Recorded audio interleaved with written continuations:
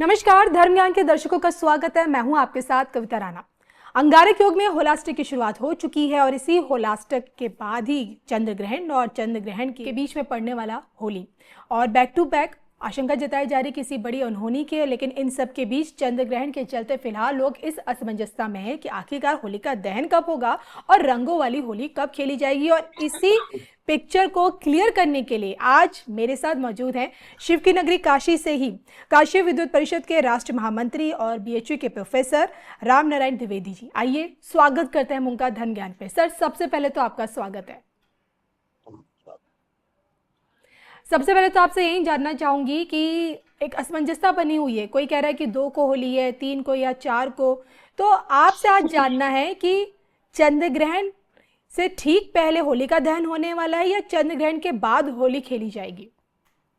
देखिए, हमारे धर्म शास्त्रों में 4 प्रकार की रात्रियां होती हैं। काल रात्रि, महारात्रि, मोह रात्रिश्च दारुणा। ये दारुण रात्रि है जो होलिका दहन होता है जी। ये दारुण रात्रि में होलिका दहन का जो विधान है, इस बार 2 मार्च को रात्रि में होलिका दहन होगा। 7 बजे से चूंकि भद्रा लग जा रही है तो भद्रा में तो इस कार्य को नहीं कर सकते हैं, प्रदोष व्यापनी है। लेकिन थोड़ा भद्रा के कारण हम इसको 12 बजे से लेकर के 1:40 के मध्य में भद्रा का पुच्छ काल है, उस काल में होलिका का दहन होगा। होलिका दहन के उपरांत हम जो है होली माता को प्रणाम करेंगे और दूसरे दिन 3 मार्च को चूंकि चंद्र ग्रहण लग रहे हैं, चंद्र ग्रहण के कारण 9 घंटे, प्रत्येक अलग अलग ग्रहणों में अलग अलग विधान है। चंद्र ग्रहण में 9 घंटे का सूतक लगता है। सूतक काल में रंगोत्सव, हर्षोत्सव, उल्लास, इस प्रकार के उत्सव नहीं मनाए जाते हैं। इसलिए 4 मार्च को होली का रंगोत्सव सर्वत्र संपूर्ण देश में खेला जाएगा, रंग महोत्सव होगा। दूसरी बात, प्रतिपदा विद्या ही रंगोत्सव होता है, तो प्रतिपदा भी 4 मार्च को ही प्रातः काल मिल रही है। इसलिए उस दृष्टि से भी 4 मार्च को ही रंगोत्सव का विधान है। 3 मार्च को चंद्र ग्रहण है, प्रतिपदा विद्या नहीं मिल रहा है, इसलिए प्रतिपदा विद्या न मिलने के कारण होली 3 मार्च को नहीं खेली जाएगी। जी। वैसे जी, मुझे आपसे ये भी जानना है कि पहली बार साल का जो प्रथम चंद्र ग्रहण है वो इस बार भारत में दिखाई देगा और आपसे ये समझना है कि जब जब ग्रहण पड़ता है तो क्या आम जनमानस को डरने की जरूरत है, क्योंकि ये सिर्फ खगोलीय घटना है या फिर इसका हमारे शास्त्रों में इसको कोई ज्योतिष पहलू भी बताया गया है? देखिए, खगोलीय घटना तो है ही, ये ग्रहों की घटना है, लेकिन इनका प्रभाव मनुष्य के पूरे पिंड पे पड़ता है। यद पिंडे तद ब्रह्मांडे, जो ब्रह्मांड में घटनाएं घटित होती हैं वो शरीरधारी पिंड में भी घटित होती हैं। तो यद ब्रह्मांडे तत् पिंडे, तो वहां की जो घटना है उस घटना का प्रभाव अलग अलग जातकों पर, अलग अलग राशि के लोगों पर इसका प्रभाव पड़ेगा। लेकिन समूचा आलोडन किया जाए तो राजनैतिक थोड़ा उथल पुथल की कुछ काल में, कुछ स्टेटों में, कुछ राज्यों में अनुभव देखे जा सकते हैं। कुछ जगह अतिवृष्टि का योग आ सकता है, कुछ जगह आगजनी की हल्की फुल्की घटनाएं होंगी, लेकिन समय के अनुसार चीजें सुधर जाएंगी। कोई ऐसा बहुत बड़ा भयंकर योग नहीं बन रहा है, इसलिए घबराने जैसी बात नहीं है। जिन राशि के जातकों को चंद्र ग्रहण शुभ नहीं है, उन राशि के जातकों को चंद्र ग्रहण का दर्शन नहीं करना चाहिए, भगवान का स्मरण करना चाहिए। पवित्र कूप में, पवित्र तालाब में, पवित्र नदी में, गंगा के किनारे, जहां जैसा सामर्थ्य हो, जो जहां निवास करता हो, अपने सामर्थ्य के अनुसार पवित्रता के साथ उस जल में जो है स्नान करना चाहिए। 9 घंटे पहले जो सूतक लगता है, उस सूतक काल में भोजन आदि का निषेध होता है, लेकिन रोगी के लिए, बालक के लिए, वृद्ध के लिए कोई मनाही नहीं है। उनको जो चिकित्सक की सलाह हो उसके अनुसार उनको खाना पीना है। लेकिन जो स्वस्थ हैं, जो रह सकते हैं, उनको अपने सामर्थ्य के अनुसार कुछ व्रत रहना चाहिए, कोशिश करना चाहिए, ईश्वर का स्मरण करना चाहिए, सात्विकता से रहना चाहिए। जो गर्भधारिणी महिलाएं हैं उनको भी थोड़ा सा इन सब निषेधों से रोका गया, उनके लिए कोई निषेध नहीं है। उनको हरि स्मरण करते हुए घर से बाहर नहीं निकलना है, प्रभु का स्मरण करना है और घर में वास करना है। तो इस प्रकार की परिस्थितियां हमारे धर्म शास्त्रों में बतलाई गई। जी, लेकिन जब इसे पूर्ण चंद्र ग्रहण को ब्लड मून कहा जाता है तो हम लोग ये सोचने पे मजबूर हो जाते हैं कि इस दिन क्या हमें चंद्रमा एक खूनी रंग में दिखेगा। देखिए, ये खग्रास चंद्र ग्रहण है, पूर्ण चंद्र ग्रहण नहीं है। अच्छा। इस खग्रास चंद्र ग्रहण में ये परिस्थितियां होती हैं। उन परिस्थितियों के अनुसार कि जिन राशि के जातकों को चंद्र ग्रहण देखना है वो लोग दर्शन करें, भगवान चंद्र का दर्शन करें और पवित्र जल में, पवित्र नदी में ईश्वर का जप करें। एक निश्चित है कि एक साधना की सिद्धि भी होती है।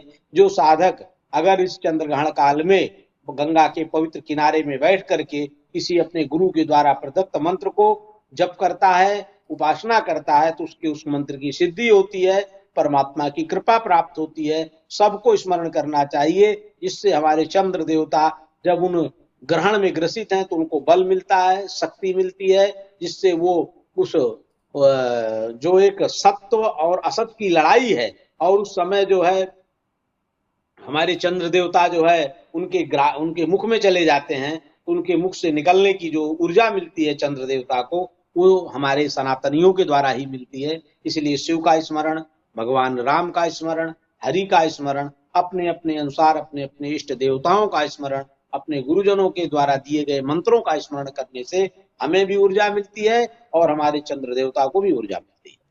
बिल्कुल। देखिए, आप उत्तर प्रदेश से आते हैं और आप ही के उत्तर प्रदेश के मुख्यमंत्री योगी आदित्यनाथ जब 2017 में जब बतौर मुख्यमंत्री दोबारा चुने गए थे तो वो जब मौका था उस टाइम भी होली थी और उस समय भी उन्होंने खूब होली खेली थी और वो एक सेलिब्रेशन था उनकी विक्ट्री का। और इस बार की होली और होली के मौके पर चंद्र ग्रहण, तो मैं आपसे जानना चाहती हूँ कि ऐसी परिस्थितियों में होली को हम हमेशा देखते हैं कि ये एक अच्छाई पर, माफ कीजिए, बुराई पर अच्छाई की जीत होती है। तो क्या लगता है इस बार की होली आप लोगों के लिए कितनी बड़ी खुशियां लेके आ रही है? निश्चित यूपी के लिए देखिए, कैसा निश्चित रहेगा? क्या हमारे परिवर्तन आपको लगता है सत्ता में उसको? देखिए हमारे उत्तर प्रदेश के जो मुखिया हैं वो एकदम सनातनी है, सनातन व्यवस्थाओं पर विश्वास करने वाले हैं। उस समय की जो परिस्थिति थी, उस समय ऐसा नहीं था कि होली के तुरंत जलने के बाद चंद्र ग्रहण लग रहा है। वो सनातन की व्यवस्था को मानते हैं, वो होली को भी उसी उत्सव और पर्व के साथ मनाते हैं, चंद्र ग्रहण को भी अपनी आस्था और सनातनी व्यवस्था के साथ उनके नियमों का भी पालन करते हैं। तो हमारे प्रदेश के मुखिया तो निश्चित ही सनातन व्यवस्था को लेकर के आगे चलने वाले लोग हैं। और होली का जो पर्व है वो वस्तुतः सत्य है कि जो बुराई है उस पर विजय पाने का यह अवसर है, और सच्चाई की विजय की, बुराई पर बुराई की हार और सच्चाई की जीत का ये माहौल होता है। और आपस में एक समरसता का बोधक है होली पर्व। होली जो मिलन होता है वो रंगों के साथ लोग भेदभाव, जाति भेद, इन सब लिंग भेद, इन सबों से ऊपर उठ करके एक आनंद बसंतोत्सव की तरह रंगोत्सव मनाया जाता है, जो अंतःकरण से एक बहुत ही मन प्रसन्न भाव रहता है और पूरा शरीर जो है रंग के रसों से सरोबार हो जाता है, अत्यंत प्रफुल्लित हो जाता है। और रंग उत्सव छोटा बड़ा वृद्ध इन सब का भेद मिट जाता है, जाति पाति व्यवस्था का भेद मिट करके सब लोग आपस में गले मिलते हैं। ये ऐसा सामाजिक उत्सव है, ये ऐसा आध्यात्मिक उत्सव है, ये ऐसा धार्मिक उत्सव है कि समाज में एक रूपता पैदा करता है। इसलिए होली तो हर्षोल्लास के साथ मनाई जाती है। हमारे काशी में तो विशेष करके 64 योगिनी का मंदिर है। उन 64 योगिनी के मंदिर में प्रत्येक काशीवासी जाता है, उनके जो है माँ के चरणों में अबीर और गुलाल अर्पित करता है। और भगवान शिव की नगरी है, यहाँ तो रंग भरी एकादशी से ही इस प्रकार का उत्सव महोत्सव शुरू हो जाता है और बाबा के चरणों में, माता के चरणों में इस तरह से रंगोत्सव आरंभ हो जाते हैं। तो काशी तो 7 वार 9 त्योहारों का शहर है। ये तो सर्वभूता उत्सवा नगरी है और हमारा भारत भी उत्सव और पर्वों पर आधारित हमारी संस्कृति है, हमारी सभ्यता है। इसीलिए तो हम लोग सबके साथ आनंद के साथ, सबके सुख और समृद्धि की कामना के साथ अपनी जीवन यात्रा को लेकर के चलते हैं। बिल्कुल, आपने ठीक कहा। लेकिन इस वक्त कुछ अफवाहें फैलाई जा रही हैं, डर का माहौल बनाया जा रहा है सोशल मीडिया पे। होलाष्टक, अंगारक योग में, उसके बाद आपका चंद्र ग्रहण और चंद्र ग्रहण के बाद आपकी होली। तो इन सब परिस्थितियों को देखते हुए आप देखिए ज्योतिष को बहुत गहराई से समझते भी हैं और अब भूमंडल में माफ़ कीजिए हमारे सत्ता परिवर्तन भी होने वाला है, क्योंकि नव संवत्सर हिंदू नववर्ष भी लगने वाला है 19 मार्च से, होली के ठीक बाद। तो कितना बड़ा परिवर्तन आपको नज़र आ रहा है कि देश में देखने को मिल सकता है? किस तरह की अप्रिय घटनाएं भी घट सकती हैं इसी साल आगे भविष्य में? देखिए, होलिकाष्टक की जो बात आती है, होलिकाष्टक उत्तर भारत में तो लगता ही नहीं है। अच्छा। होलिकाष्टक में कोई ऐसा नहीं है कि शुभ कार्य नहीं कर सकते हैं, ये एक अफवाह है। होलिकाष्टक में आप सभी शुभ कार्यों को संपन्न कर सकते हैं तिथि मुहूर्त वार के अनुसार। और जो खगोली ये चंद्रग्रहण की घटना है, ये घटना से हमें भयभीत नहीं होना है। ये हमारी घटनाएं जो है हमें ऊर्जा भी देती हैं और हमें आध्यात्मता की ओर ले भी जाती हैं, हमें आध्यात्मिक बनाती हैं। इसलिए भय जैसी कोई ऐसी बात नहीं है। हाँ, कुछ ग्रहों का प्रभाव जो मनुष्य के या समाज में पड़ता है तो उसका असर तो दिखाई देता है। तो कुछ राज्यों में सत्ता परिवर्तन जैसे युगों की संभावनाएं हैं, और वो आएंगी, किन राज्यों में घटेंगी इसको एग्जैक्ट हम कह भी नहीं सकते हैं। पर कुछ चीजें उथल पुथल राजनीतिक प्रभावों को जरूर दिखाएंगी, लेकिन हमें इससे भयभीत होने की जरूरत नहीं है। हम शुद्ध और सात्विक मन से पॉजिटिव ऊर्जा के साथ आध्यात्मिक चेतना का संचार करें, भगवान की आराधना करें, शिव की आराधना करें, अपने अपने इष्ट देवताओं की आराधना करें, अपने अपने गुरुओं के द्वारा दिए गए मंत्रों की उपासना करें। हमें सकल मनोरथ सिद्ध होंगे। कोई भय घबराने जैसी बात नहीं है, सब एक मत है। धर्म शास्त्रों का यही आदेश है कि 2 की रात्रि में होलिका दहन होगा और 4 मार्च को सर्वत्र होली खेली जाएगी। कोई भ्रम जैसी स्थिति नहीं है। 3 को चंद्रग्रहण होगा, चंद्रग्रहण में जब तब आराधना होगी और 4 मार्च को हर्षोल्लास के साथ आनंद के साथ पूरे देश में होली मनाई जाएगी। बिल्कुल। आपका बहुत बहुत धन्यवाद धर्म ज्ञान से जुड़ने के लिए। नमस्कार। नमस्कार।